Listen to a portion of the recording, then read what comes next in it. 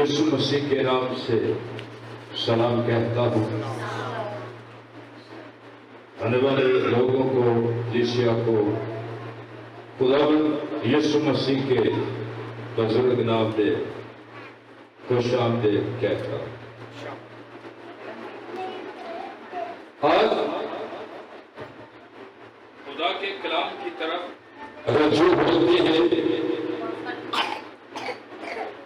خدا کے کلام کی طرف رجوع ہو۔ کلام خدا میں سے آج کا حوالہ جو ہے ہماری رہنمائی کے لیے عبرانیوں کی کتاب، عبرانیوں کا خط، اس کا پہلا باب 8ویں آیت کلام خدا میں سے تلاوت کی جائے گی۔ عبرانیوں کا خط، اس کا پہلا باب 8ویں آیت کلام خدا میں سے تلاوت کی جائے گی۔ خدا کا کلام غور سے سنے اور خدا کی کلام کی طرف متوجہ ہو۔ یوں لکھا گیا ہے، مگر بیٹے کی بابت کہتا ہے کہ اے خدا تیرا تخت ابدالآباد رہے گا اور تیری بادشاہی کا عرصہ راستی کا عرصہ ہے۔ خدا کے کلام کے پڑھانے کے وسیلہ سے ہم پر فضل اور برکت ہو، آمین۔ تشریف رکھیں، اپنی اپنی نشستوں پر بیٹھ جائیے۔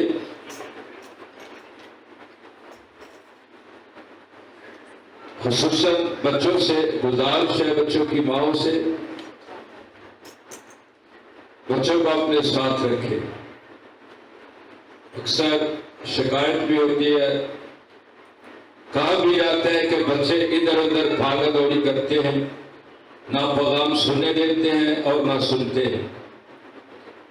بچوں کی ماں سے گزارش ہے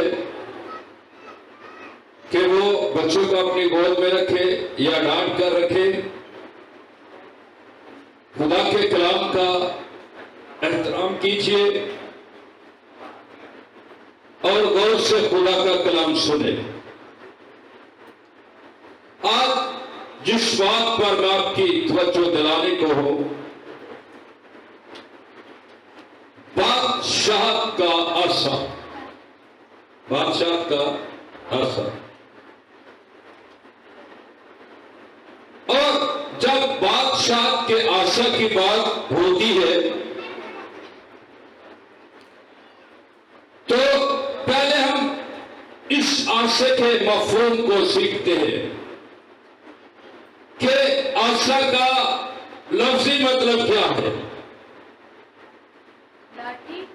شابر اور چھڑی، سٹک، ڈنڈا،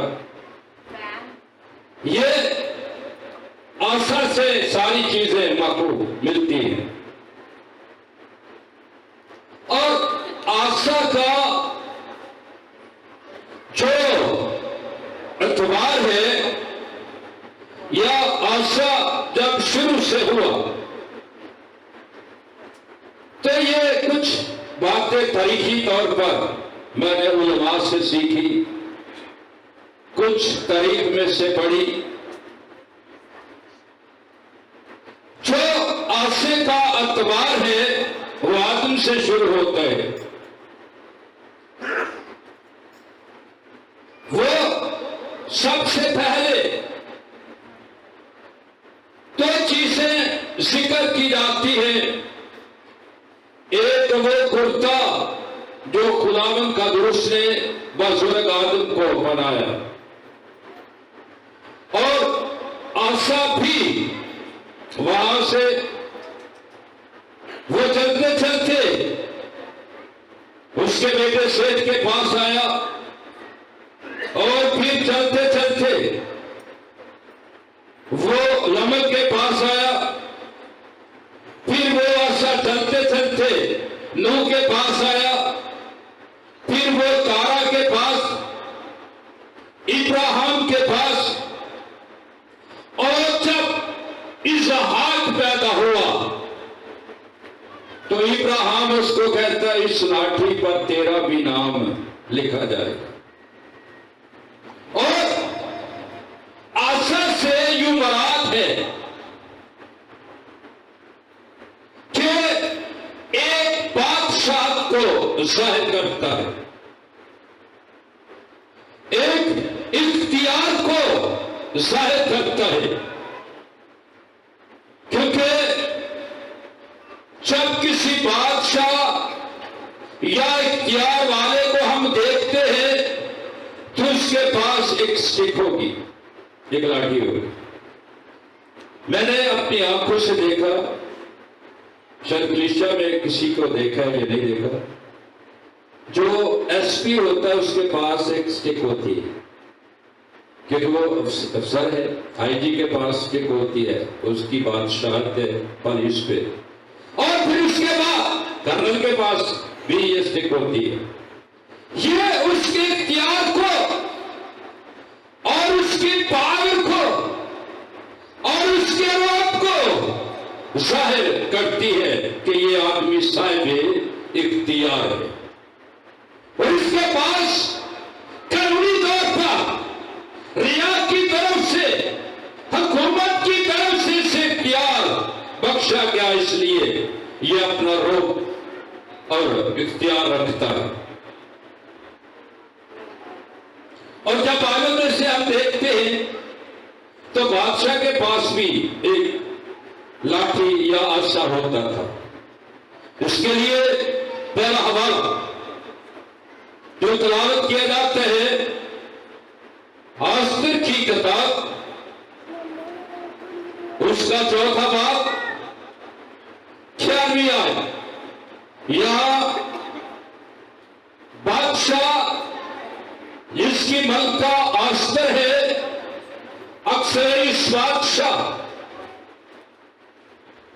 جب وہ اپنی حکومت فارسی ملک میں کرتا ہے تو بزرگ آستر بھی اس ملک میں اسیری کے اعتبار سے گئی تھی۔ اگر اسیری کا نام لیا جائے تو لوگ کہیں گے پادری صاحب کچھ ہلچل سی مچا رہے کہ اسیری کیسے ہوئی، یہ آستر کیسے اسیری میں گئی۔ یہ بات تاریخی طور پر بھی بائبل میں بھی درج ہے، کیونکہ 586 عیسوی میں قوم اسرائیل نبوکدنصر بادشاہ اسیر کر کے بابل لے گیا، جس میں 4 شہزادے بھی موجود ہیں، اور بادشاہ تک اسیر ہوئے۔ 70 سال کی غلامی میں یہ بزرگ یرمیہ نبی اس کی پیشگوئی کرتا بنی اسرائیل کو 70 برس تک اسیر رہی تھی۔ اور جب 70 برس گزرے، کچھ یروشلم واپس چلے گئے اور کچھ وہیں رہ گئے، اور جب وہاں رہے تو یہ ان اسیروں میں سے ایک مردکی نام شخص ہے جس کو ایسٹر نے اپنے بیٹی بنا کر پال رکھا ہے۔ اس کا بھائی ہے اور اس نے آستر کو بیٹی بنایا، اور یہ فارسی بادشاہ اکسویریس جس کی ملکہ ہے، اور ہوا کیا کہ جب حمان کی طرف سے یہ اناؤنس کیا گیا کہ جو یہود ہے ان کا بچہ بچہ تک مار دیا جائے، کیونکہ بادشاہ کی طرف سے یہ پروانہ، یہ اختیار، یہ لیٹر، یہ اتھارٹی، یہ ریٹرن بھیج دیا گیا کہ ان طریقوں میں جہاں یہودی ملے ان کو برباد کیا جائے۔ اور جب بزرگا آستر کو یہ بات سمجھ میں آئی تو وہ اپنے بھائی مردکی کو کہتی ہے کہ کہ تو بھی روزہ رکھ اور میں بھی روزہ رکھتی ہوں سہیلیوں کے ساتھ مل کر. اور بائبل کہتی ہے کہ جب وہ کہتی ہے اور پھر اس نے ایک خاص لفظ بولا کہ میں کافی دنوں سے بادشاہ کے حضور بلائی نہیں گئی، لیکن ایک بات ضرور ہے کہ میں اپنی قوم کی خاطر ضرور بادشاہ کے پاس جاؤں گی. اگر موت ہوئی تو موت، اگر زندگی ہوئی تو زندگی. اس حوالے کو پڑھتے ہیں آستہ کی کتاب چوتھا باب اس کی 11ویں آیت. کلام مقدس میں یہ مرغوب ہے، بادشاہ کے سب ملازم اور بادشاہی صوبوں کے سب لوگ جانتے ہیں کہ صوبے کے سارے لوگ اس کی بادشاہی اور اس کی حکومت سے خوب لوگوں کو واقف ہیں. کیا ہے واقف؟ کہ جو کوئی مرد ہو یا عورت بے بلائے بادشاہ کی بارگاہ اندر بادشاہ کی آگے بارگاہ میں داخل ہو تو اس کا حشر کیا ہوتا ہے؟ اس کے لیے بس ایک ہی قانون ہے کہ وہ مارا جائے. اور اس کے لیے ایک قانون یہ ہے، اس کی بادشاہ کے پاس یہ اختیار ہے کہ وہ مارا جائے. سپاہ اس کے جس کے لیے بادشاہ سونے کا آسا اٹھائے. جس کے لیے بادشاہ سونے کا آسا اٹھائے، سونے کی لاٹھی. بھئی آج ہمارے پاس یہ رنگ ڈالنے کے لیے، پہننے کے لیے بھی سونا نہیں. عورتیں بڑا خوش ہوتی ہیں جب ان کے پاس چاہیے یہ زیور ہو. تو مرد حضرات بھی بڑا پسند کرتے ہیں ان کے پاس، لیکن اس شخص کے پاس سونے کا آسا ہے. بزرگاں اس پہ کہتی ہے کہ سوائے اس کے وہ جس پر رحم کھاتا ہے، ترس کھاتا ہے، وہ آسا اس کی طرف کیا کرتا ہے؟ سونے کا آسا بڑھا دیتا. پھر کیا ہے؟ تاکہ وہ جیتا رہے. تاکہ وہ جیتا رہے. جیسے میں نے پہلے بتایا کہ آج کا جو ہمارا مفہوم ہے بادشاہت کا آسا، اور وہ بادشاہ کے پاس یہ اختیار ہے کہ جس کی جان کو بخش دے یا اس کو مار دے. یہ بادشاہ کے اختیار میں اور آسا میں یہ پاور ہے کہ اگر وہ رحم کرتا ہے تو وہ بخشا کیا. اور اس کا قانون تھا کہ جس پر وہ رحم کرتا ہے اس کی طرح بادشاہ ایسے آسا بڑھاتا اور وہ جو لوگ اس کے پاس آتے یا تو اس کو چھو لیتے یا اس کو چوم لیتے تاکہ اس کی جان کیا رہے؟ بخشی رہے. لیکن بائبل مقدس میں ایک اور حوالہ درج ہے کچھ ایسے لوگوں کے لیے جو بڑے رحم حاکم ہیں، جن کے پاس رحم ہے نہیں، جن کے اندر پتھر کا دل ہے، جن کی سوچ سنگین ہے، جو ظلم پہ بادشاہ کرتے ہیں، ان کے لیے بائبل میں ایک حوالہ درج ہے. یسایا نبی کا صحیفہ 14واں باب 5ویں آیت. یسایا نبی کا صحیفہ اس کا 14واں باب اور 5ویں آیت. یہاں بے انصاف حاکموں کے متعلق لکھا جن کو انصاف کرنا نہیں آتا. پھر کیا پڑھ دیجئے 14واں باب 5ویں آیت. کلام مقدس میں یہ مرغوب ہے، خداوند نے شریروں کا لٹ یعنی بے انصاف حاکموں کا آسا توڑ ڈالا. اور خدا نے شریروں کی لٹ کا یہ مطلب ہے جن کو کبھی کبھی ہم لوگ گاؤں کے رہنے والے ہیں تو ہم نے دیکھا کہ ہمارے پاس ایک گاڈ ہوتی تھی جسے جھگڑا بھی کہتے ہیں اور جس کو گڈا بھی کہتے ہیں. اس میں ایک لٹ ہوتی تھی جو دونوں پہیوں کو لے کر چلتی اور اس کو لٹ وہ دونوں جب اکٹھے رہتے تو دونوں پہیوں کی بلکہ پورے اس گڈے کی جو